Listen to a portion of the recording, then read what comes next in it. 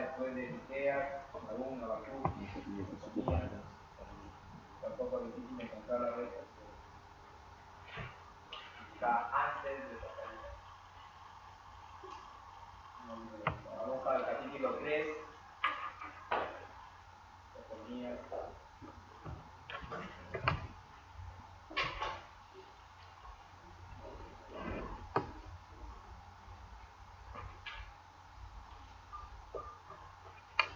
Damos lectura a todo el capítulo 3.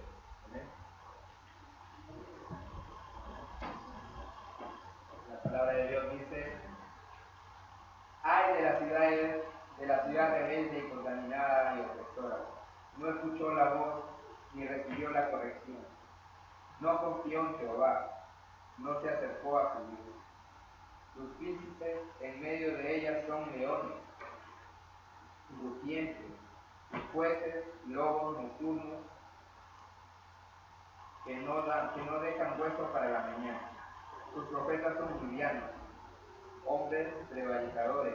Sus sacerdotes contaminaron el santuario, falsearon la ley.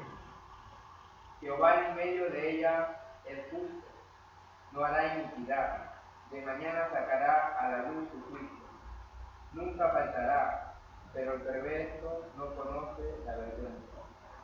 Quise destruir naciones, sus habitaciones están asoladas.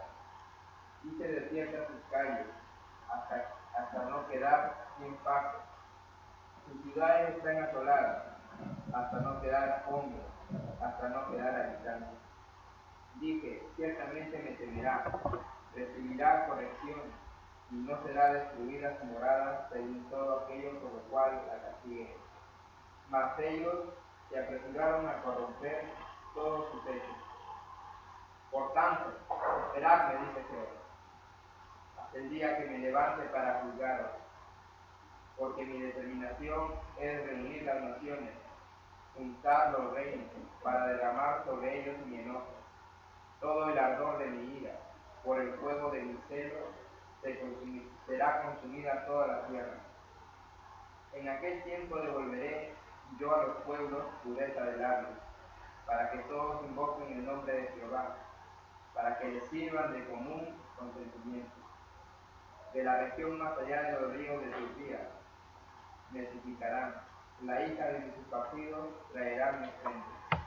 En aquel día no serás avergonzada por ninguna de tus obras con las que te rebelaste contra mí, porque entonces quitaré de en medio de ti a los que te alegran en tu soberbia, y nunca más te ensoberbecerás en mi santo monte. Y dejaré en medio de ti un pueblo humilde y pobre, el cual confiará en el nombre de Jehová. El remanente de Israel no hará injusticia ni dirá mentira, ni en boca de ellos se hallará lengua engañosa, porque ellos serán apacentados y dormirán, y no habrá quien los atemorice. Canta, oh hija de Sión, da voces de júbilo. Oh Israel, gózate y regocíjate de todo corazón, hija de Jerusalén. Jehová ha apartado tus juicios, ha echado fuera tus enemigos.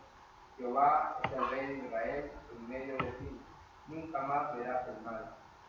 En aquel tiempo se dirá a Jerusalén, no temas, Sión, no se debiliten tus manos. Jehová está en medio de ti, poderoso, él salvará, se gozará sobre ti con alegría, callará de amor, se regocijará sobre ti con canto. Reuniré a los fastidiados por causa del largo tiempo. Tuyos fueron para quienes el oprobio de ella era una carga. He aquí, en aquel tiempo, yo apremiaré a todos sus sucesores, y salvaré a la que cojea, y recogeré a la descarriada, y os pondré por alabanza y por renombre a toda la tierra, en toda la tierra. En aquel tiempo yo os traeré, en aquel tiempo os reuniré yo, pues os pondré para renombre y para alabanza entre todos los pueblos de la tierra, cuando levante vuestro cautiverio delante de nuestros ojos, dice Jehová. Señor, bendiga.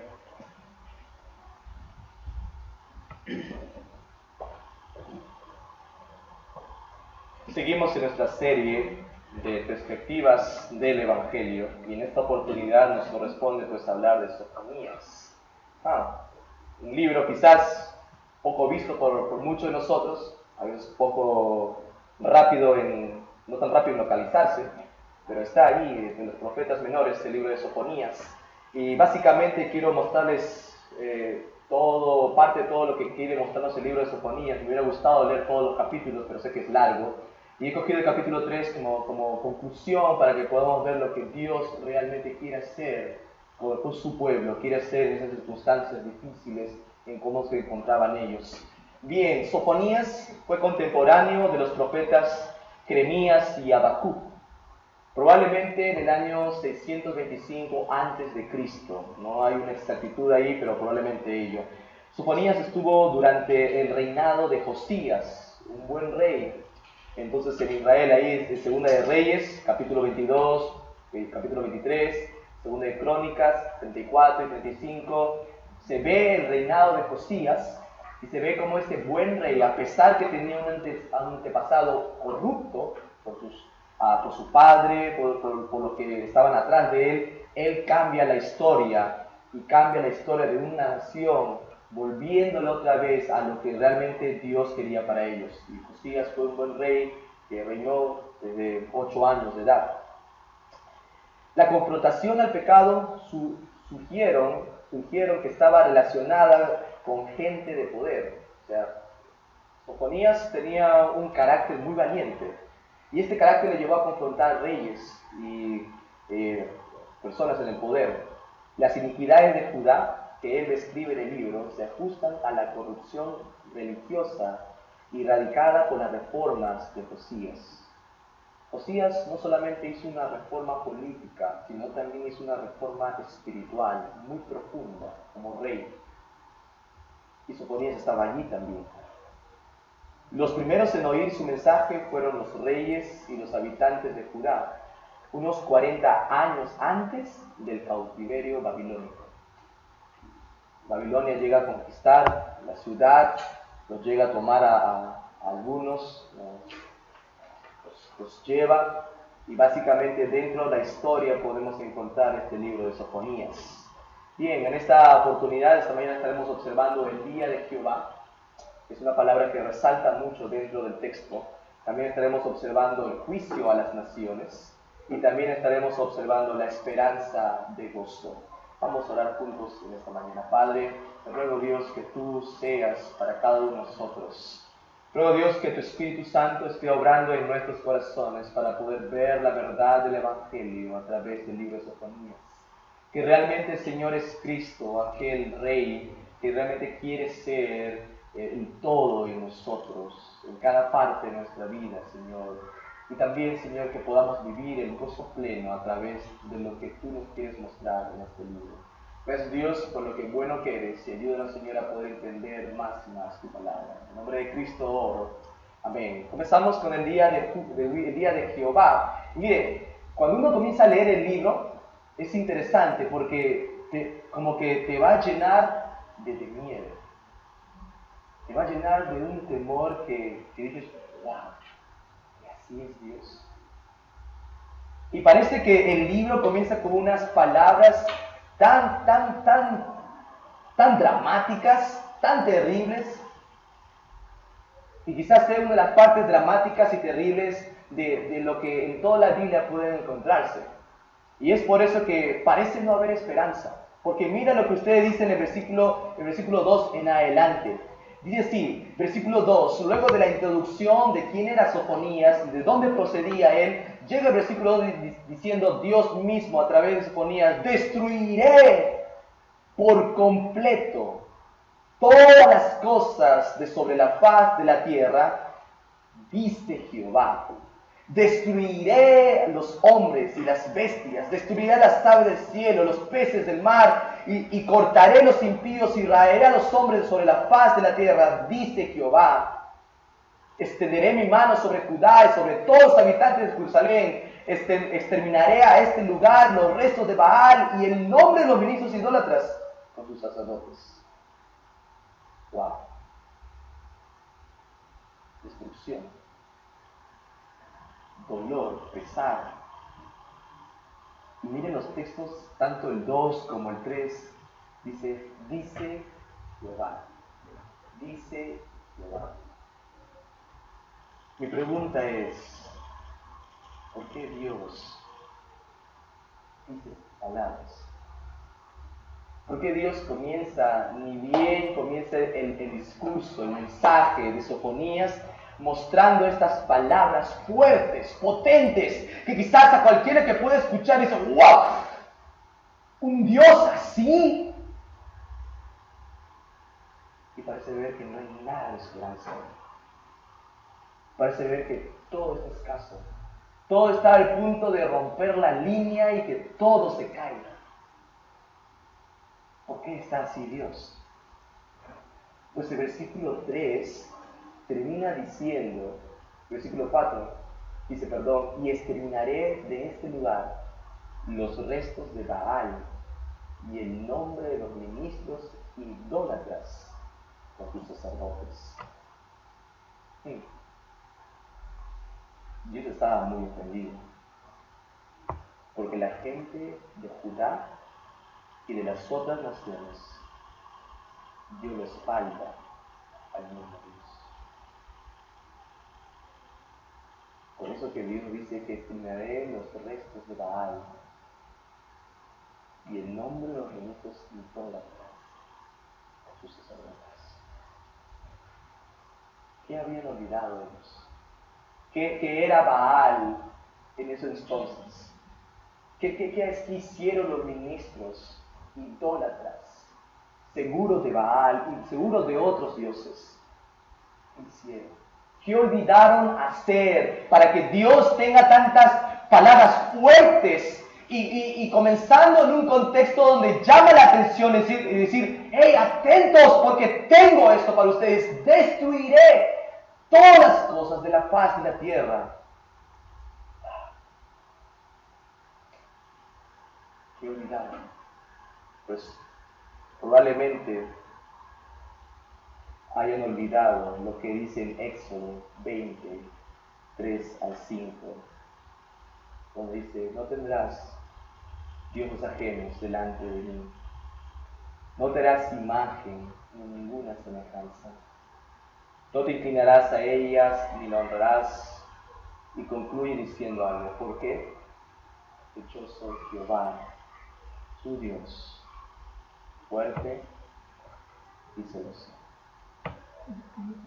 Fuerte y celoso. Porque yo soy Jehová, tu Dios, fuerte y celoso. La molestia que Dios tenía, la poca esperanza que se veía y vivía en esos momentos, era porque simplemente el celo de Dios es tan grande que en su mente, que en todo lo que veía en el panorama de la ciudad, no cabía. Que ¿por qué le dieron espalda? ¿Por qué hasta los mismos líderes religiosos prefirieron adorar, tener como ídolos a Baal y realmente no vieron al Dios fuerte y grande, que aquel que los sacó de tanta opresión por muchos años de su vida? Un pueblo totalmente cegado, un pueblo totalmente metido en su propio corazón, olvidando a Dios.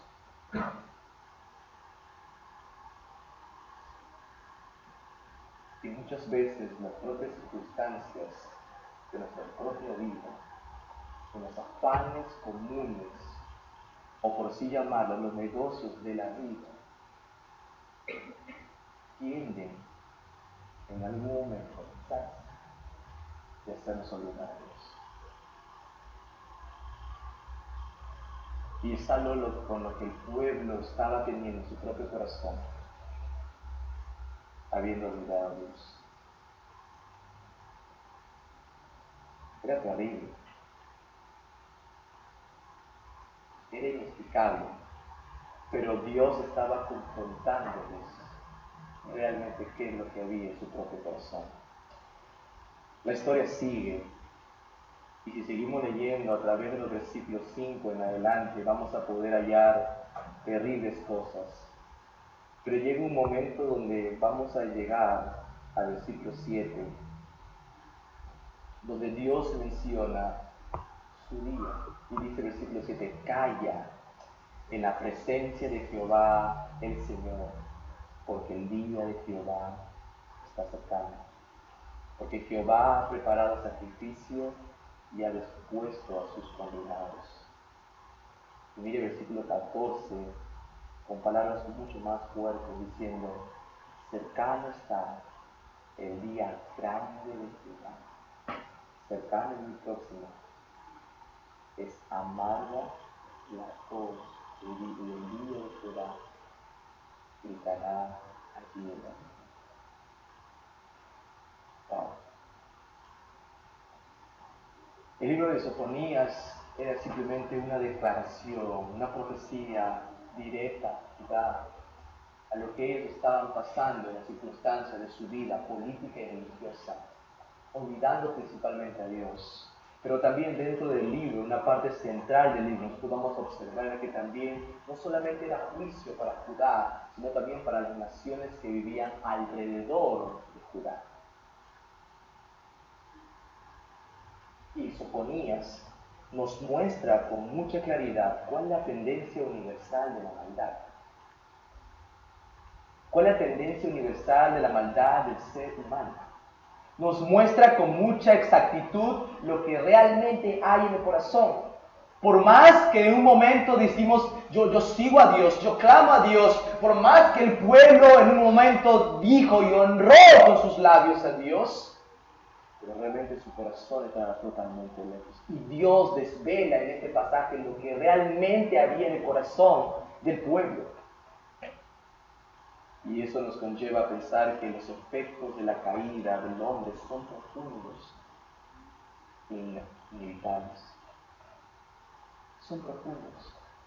Nos muestra que realmente desde el punto donde el hombre cayó en pecado y sigue de generación en generación, y cada vez la maldad en la tierra es aún más y más y más. Si Dios en ese tiempo estaba pero tan fastidiado, la molestia de Dios era por el pecado que había en sus corazones, ¿cuánto más Dios va a estar con nosotros? El que puede encontrar en nuestras vidas. ¿Cómo se refleja esta pecaminosidad? El libro lo resalta.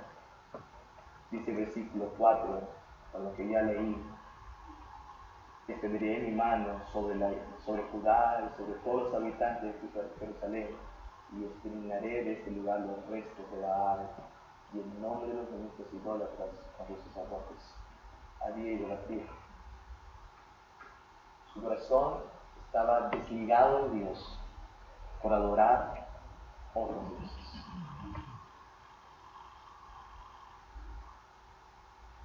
Y era lo que estaba en su corazón.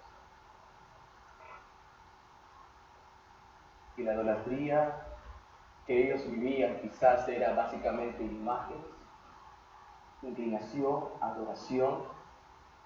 Pero si trasladamos aquella idolatría en estos momentos, nosotros mismos podemos ver que la idolatría ha trascendido más allá de solamente una imagen o un estatua.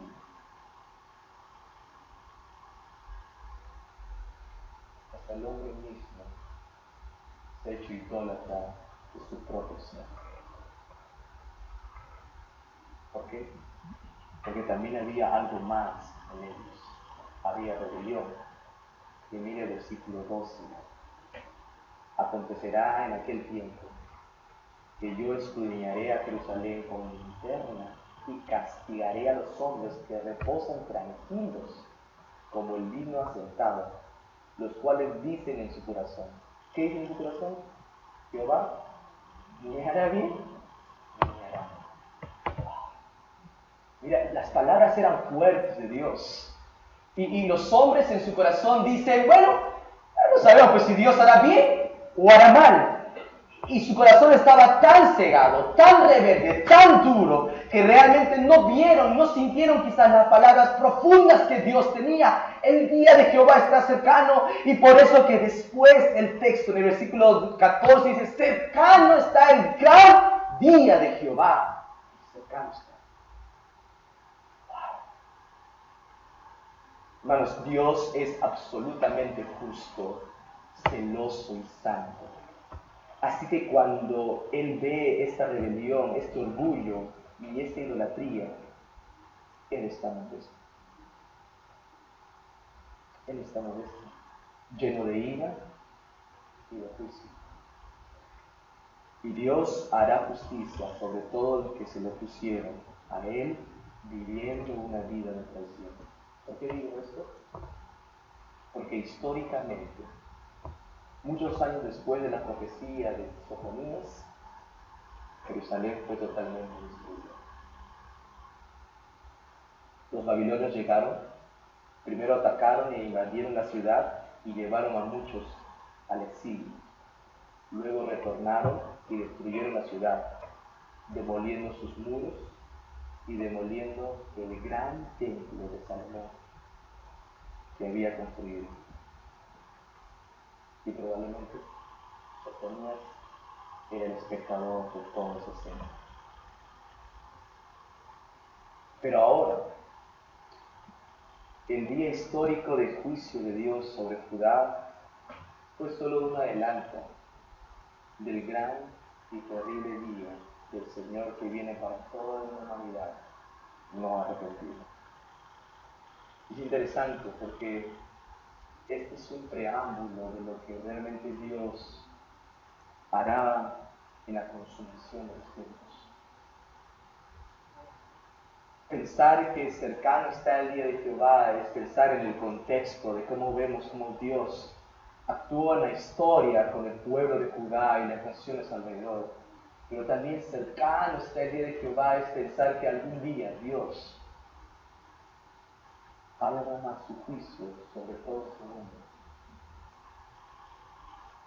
Y cercano está. Es por eso que Dios dice que el juicio viene. Dios dice que el juicio viene y lo encontramos en el capítulo 3, versículo 8, donde ya Dios comienza a hablar más intensamente en sus palabras y menciona que el juicio está próximo y dice, en aquel tiempo devolveré yo a los pueblos la pureza del labio para que todos los invocan en nombre de Jehová, para que les sigan de común conocimiento, consciente. Pero, por tanto, esperadme, dice Jehová, hasta el día que me levante para juzgaros, porque mi determinación es reunir las naciones, juntar a los reinos, para derramar sobre ellos mi enojo. Todo el ardor de mi ira, por el fuego de mi celo, será consumida toda la tierra. ¿Y saben qué? Esto se aplica a todos. ¿En qué sentido? Dios es la más grande realidad del universo. Y no solo en el universo como un todo, sino en cada universo personal, es decir, en tu mundo personal. Y esta realidad se manifiesta no solamente en estos momentos, sino en todos los tiempos. De que saber que cercano está el día de Jehová y su juicio está allí, pues simplemente, ¿qué causa en tu corazón? ¿Qué causa en tu propio universo, en tu propio mundo que tú estás viviendo en estos tiempos? ¿Qué hay en tu vida? ¿Qué hay en tu corazón?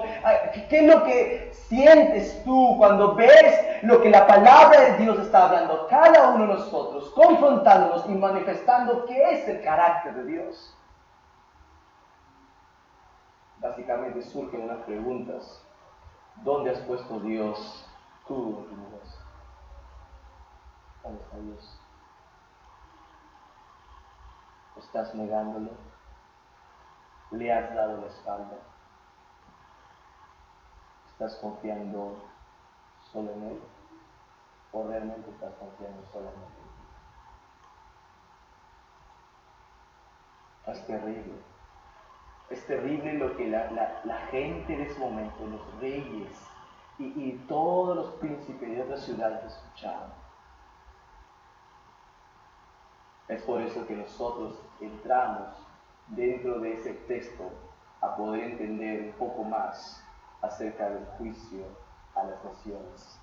Y dentro del juicio a las naciones, vamos a encontrar que en el capítulo 1 las palabras de juicio son particularmente para la gente de Judá, pero en el capítulo 2 el juicio es directo para las naciones que vivían alrededor de Judá. Mire conmigo, observe conmigo el versículo 5, capítulo 2, versículo 5. Dice allí la palabra de Dios: ¡ay de los que moran en la costa del mar, del pueblo de los cereteos! La palabra de Jehová es contra vosotros, oh Canaán, tierra de los filisteos. Te haré destruir hasta no dejar morador. Juicio viene sobre los filisteos. No solamente eso, sino también en el versículo 8, vea conmigo, dice: yo he oído las afrentas de Moab y los desnuentos de los hijos de Amón, con que deshonran a mi pueblo y se engrandecieron sobre su territorio. Juicio sobre Amón y Moab. Pero Dios sigue aún todavía. Y vemos que el juicio hacia los filisteos es hacia el oeste. Luego el juicio sobre Moab y Amón es hacia el este, porque en el mapa básicamente cuadran estos dos lugares, tanto así como lo viene presentando Dios. Pero aún más, el juicio continúa y vemos en el versículo 12 lo que Dios sigue diciendo: también vosotros, los de Etiopía, seréis muertos con mi espada. Juicio viene sobre los de Etiopía al sur, que estaba localizado de Judá. Y por último, en el versículo 13, viene una vez más: y extenderé su mano sobre el norte, y destruiré a Asiria, y convertiré a Nínive en asolamiento, y en sequedad como un desierto. Juicio sobre los de Asiria, al norte. Dios está declarando su juicio. Dios está haciendo, simplemente mostrando lo que Él es, mostrando el celo que tiene, no solamente sobre Judá, la nación por la cual iba dirigido también esta profecía, sino también para todos los que vivían alrededor. Tenían que estar atentos a lo que Dios quería decirles. Toda clase de persona será condenada por igual en razón de sus pecados contra Dios. Miren, el juicio es tremendo. Tremendo es el juicio. Pero surge algo en medio de este juicio. Y es como que si apareciera un brillo de esperanza. En el primer capítulo nosotros vemos palabras fuertes de parte de Dios, mostrándonos como que si no hubiera esperanza. Pero en el capítulo 2 nos muestra el juicio de las naciones, pero textos antes de lo que he leído nos muestran lo que Dios realmente es. Dice capítulo 2, versículo 1: congregaos y meditad, oh nación, sin pudor. Y dice el versículo 2: antes que tenga efecto el decreto y el día se pase comentando, antes que venga sobre vosotros el pudor de la ira de Jehová, antes que el día de la ira de Jehová venga sobre vosotros, buscad a Jehová todos los humildes de la tierra, porque justicia por obra su juicio, buscad justicia, buscad mansedumbre, quizá seréis guardados del día del enojo. Dios manifestó su juicio, Dios manifestó su enojo, Dios manifestó su celo. Pero a pesar de eso y a pesar de sus decretos, Dios muestra algo de esperanza. ¿Y qué quiero decir con esto? Pues que Dios, en medio de su juicio, de su justicia, de su juicio justo, muestra misericordia. Dios, en su plenitud, lleno de ira, El día de Jehová está cercano, pero muestra misericordia. ¿Cómo entendemos nosotros el papel de Dios? ¿Cómo lo entendemos de esta manera? ¿Cómo un Dios lleno de furor, de ira, puede ser tan misericordioso? ¿Cómo un Dios de esta manera se puede presentar con tanta misericordia con un pueblo que le ha dado la espalda? Y la respuesta es lógica, hermano. La respuesta es que tanto la justicia y la misericordia de Dios siempre están en un mismo nivel. Dios muestra su justicia y su misericordia siempre en un mismo nivel. Nosotros podemos notar que en la Biblia dice que Dios bendice a los buenos y castiga a los injustos. Pero vemos aquí que aunque Dios está preparando juicio, mostrando castigo a los justos, a los injustos, muestra a los malos misericordia.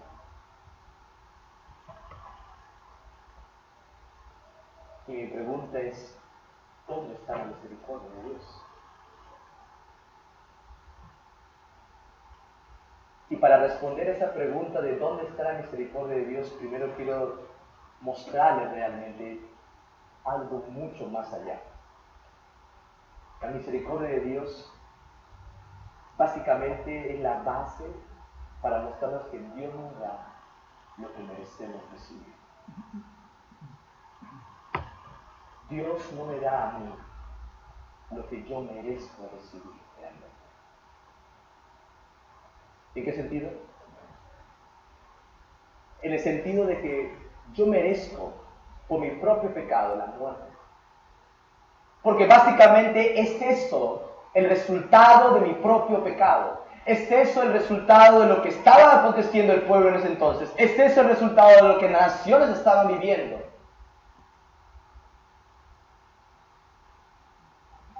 Porque la misericordia de Dios no está basada en mí.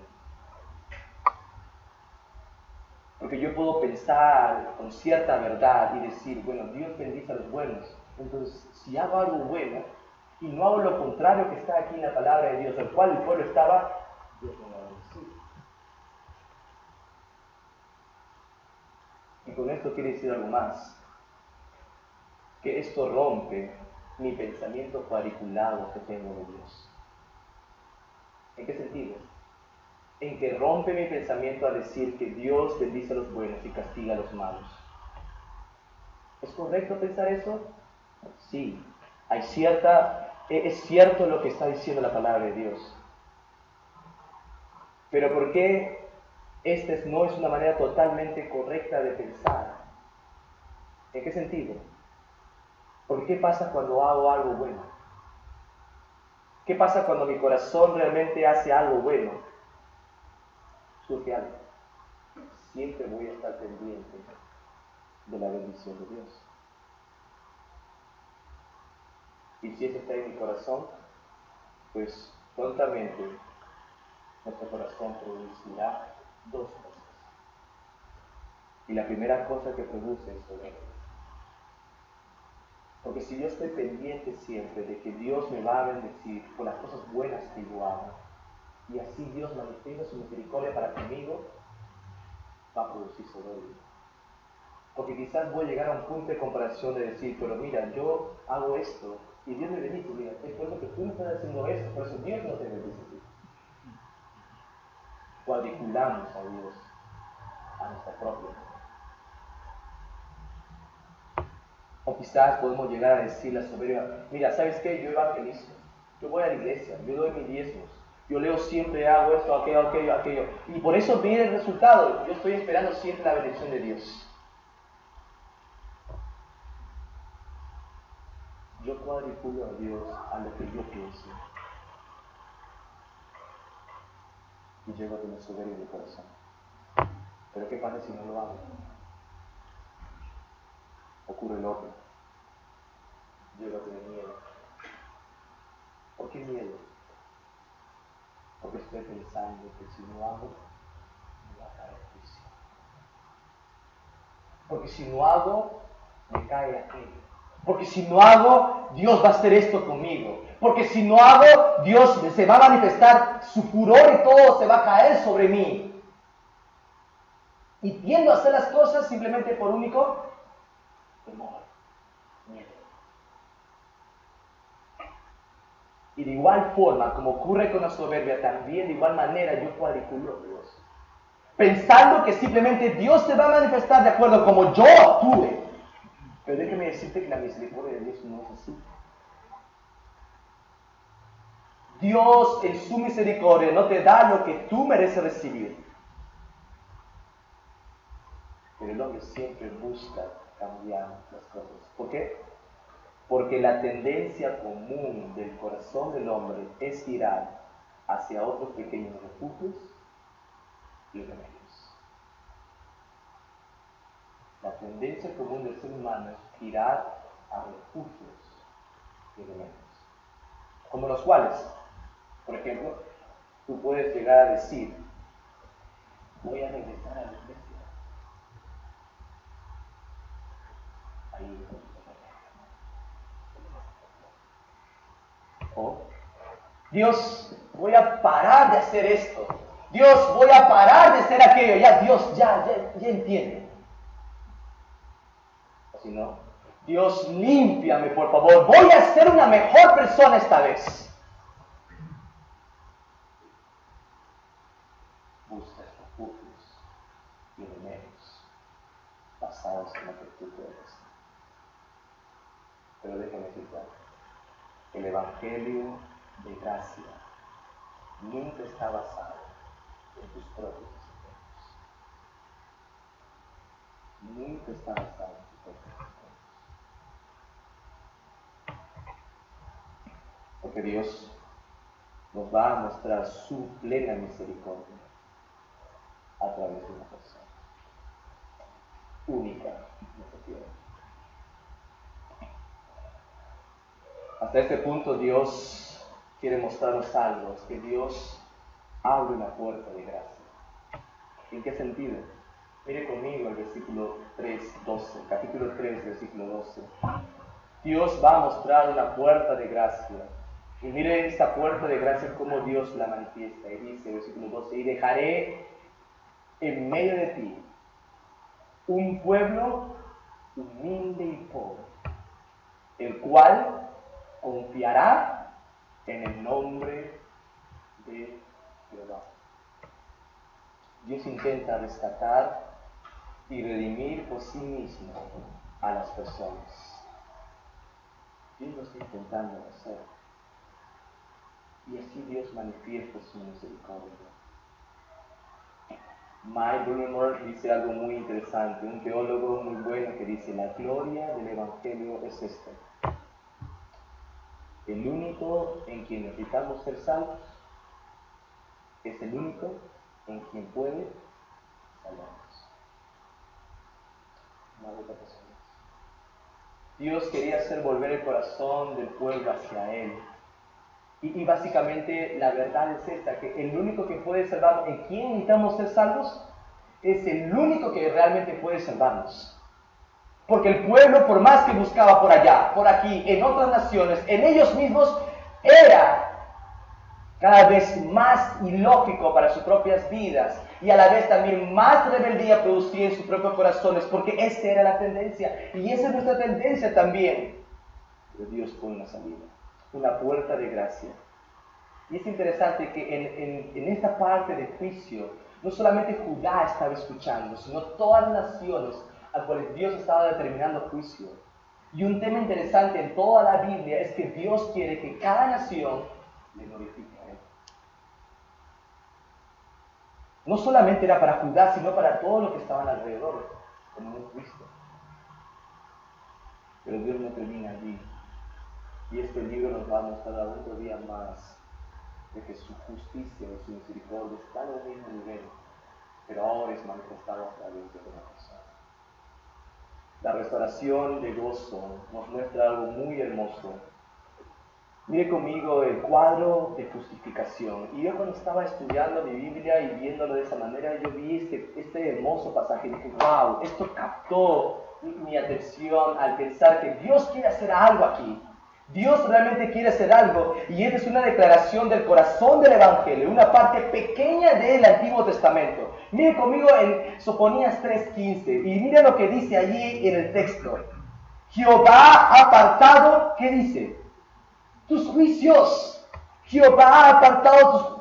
¿Cómo puede entender esto? Que Dios está levantando juicios sobre ellos, que Dios está realmente viendo su propia vida, que están condenados ellos por causa de su propio pecado. Pero Dios dice ahora, Jehová ha levantado juicios.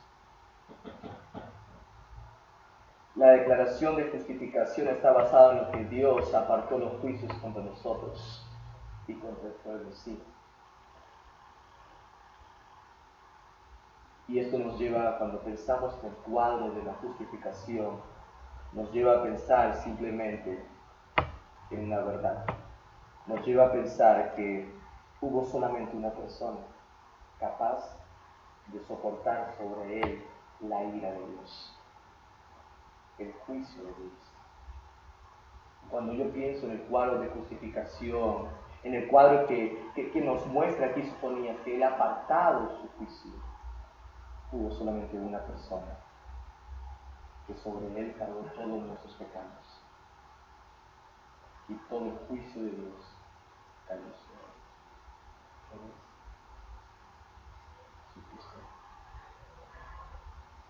Jesucristo es aquel cuadro perfecto y hermoso realmente de justificación.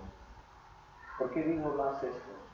Porque miren lo que dice en el mismo 3:15 y nos muestra un cuadro también interesante que dice ahí: he apartado tus juicios, ha echado fuera a tus enemigos.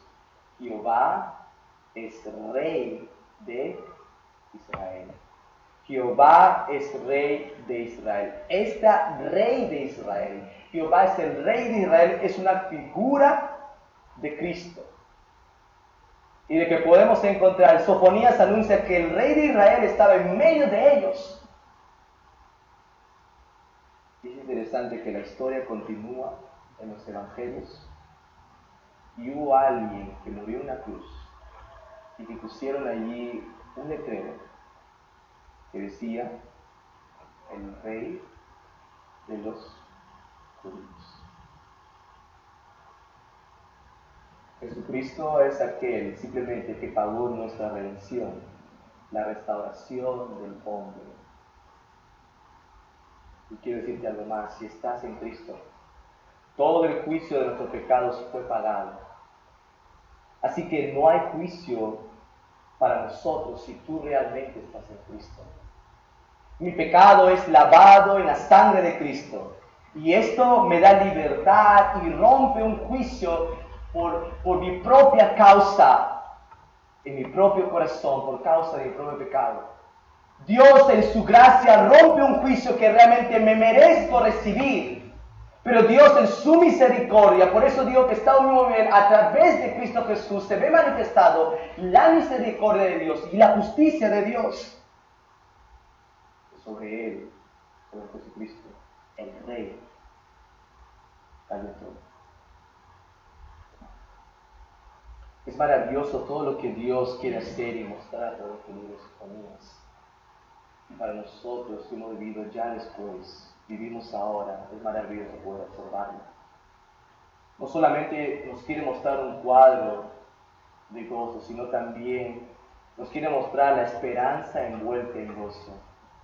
Y esto es algo muy, muy bonito que Dios nos quiere mostrar a través de aquí. Dios ha provisto salvación, no solo como un escape del juicio de Dios, sino como una entrada verdadera al gozo.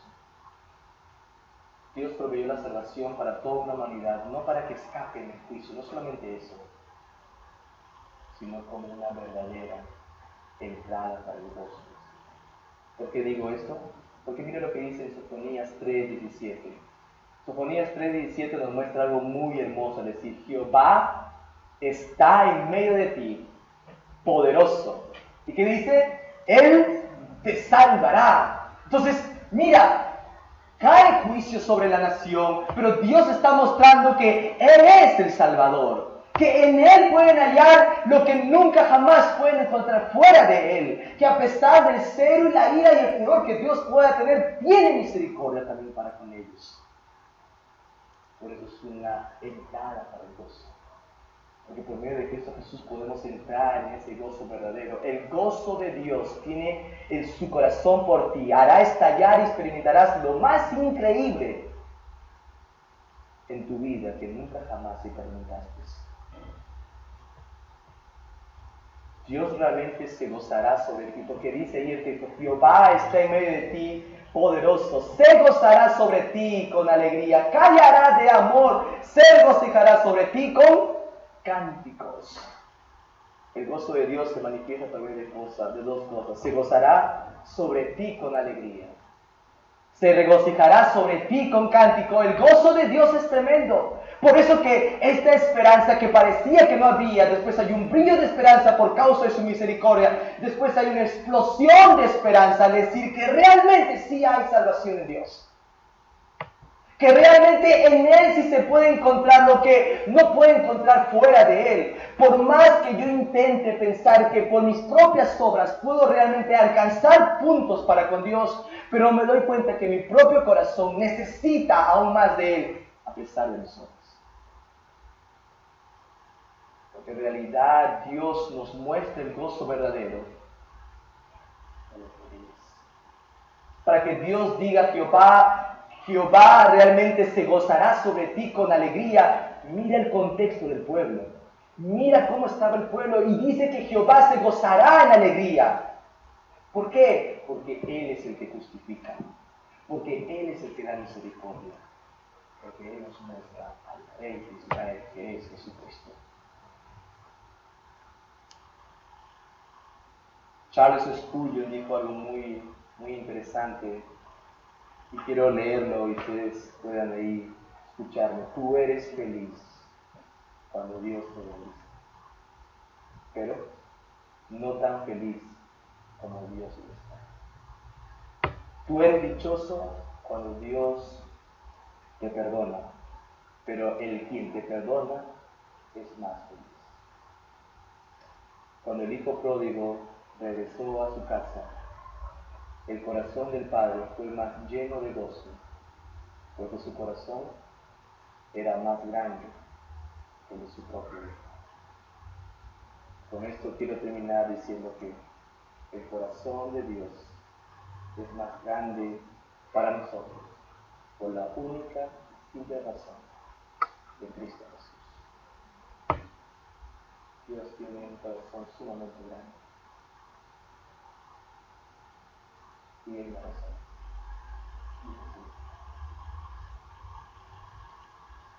Y la gloria de Dios se manifiesta a través de Cristo para con nosotros. De que a pesar que merecemos condenación, haya el que pagó el juicio por ti. Y Cristo Jesús. Hermano, quiero llevarte a pensar que realmente vivir realmente la vida cristiana es vivir realmente en el Evangelio una explosión de gozo. No merezco recibir todo lo que Dios me da, pero en Cristo puedo hallar de Él por su gracia me puede. Y encima Dios se goza sobre mí. Canta a Dios de gozo por la obra hecha en Cristo. Amigo, amiga que nos está gritando, si tú no has entendido y te llegas a pensar y ver, necesito realmente entender a ese Salvador y comprender que mi salvación es oportuno. Tú no sabes cuándo llegará el día grande, cercano, no sé cuándo es. Pero Dios es su misericordia, a pesar del juicio que tiene para ti, te está presentando a Cristo. Y a Él podemos descansar y volar en paz. Inclinamos nuestros rostros Cerramos nuestros ojos para poder tener un tiempo de meditación en la palabra de Dios, de pensar en lo que Dios ha hecho con nosotros a través del Evangelio. Meditamos y vemos en tu propia vida lo que has estado haciendo durante todo este tiempo y con lo que Dios hace ahora.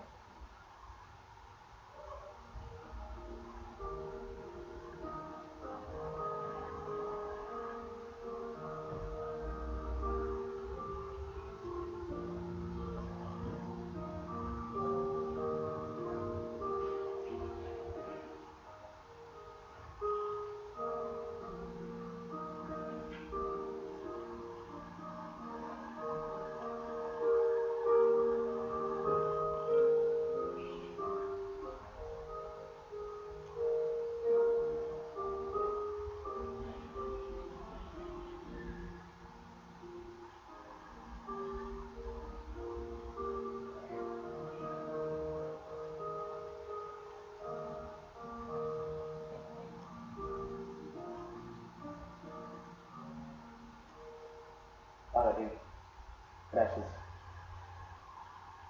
por Jesucristo, porque Él es el Rey que vino a esta tierra a morir por nosotros en una cruz, para llenarte de gozo a ti y llenar de gozo a toda una generación hasta ahora que necesita de Cristo. Padre, ha descubierto nuestro corazón para mostrarnos que nuestra tendencia común siempre es esta. A veces, Señor, vivimos en soberbia, orgullo, idolatría o rebeldía. A veces, Señor, tenemos pecados en nuestra propia vida que nadie sabe, pero nada queda oculto delante de ti. Oh Dios, pero gracias por tu misericordia, porque no nos das lo que realmente merecemos recibir, y es por la obra de Jesucristo en la cruz. Gracias, Señor, porque aquel que va por fe a Cristo sale como un escape al juicio que tienes para aquella persona, pero es una entrada para un verdadero gozo pleno en ti. Gracias, Señor, por tu palabra, que nos llena, que nos hablas con tu verdad. Gracias, Dios. En nombre de Cristo Jesús quiero orar.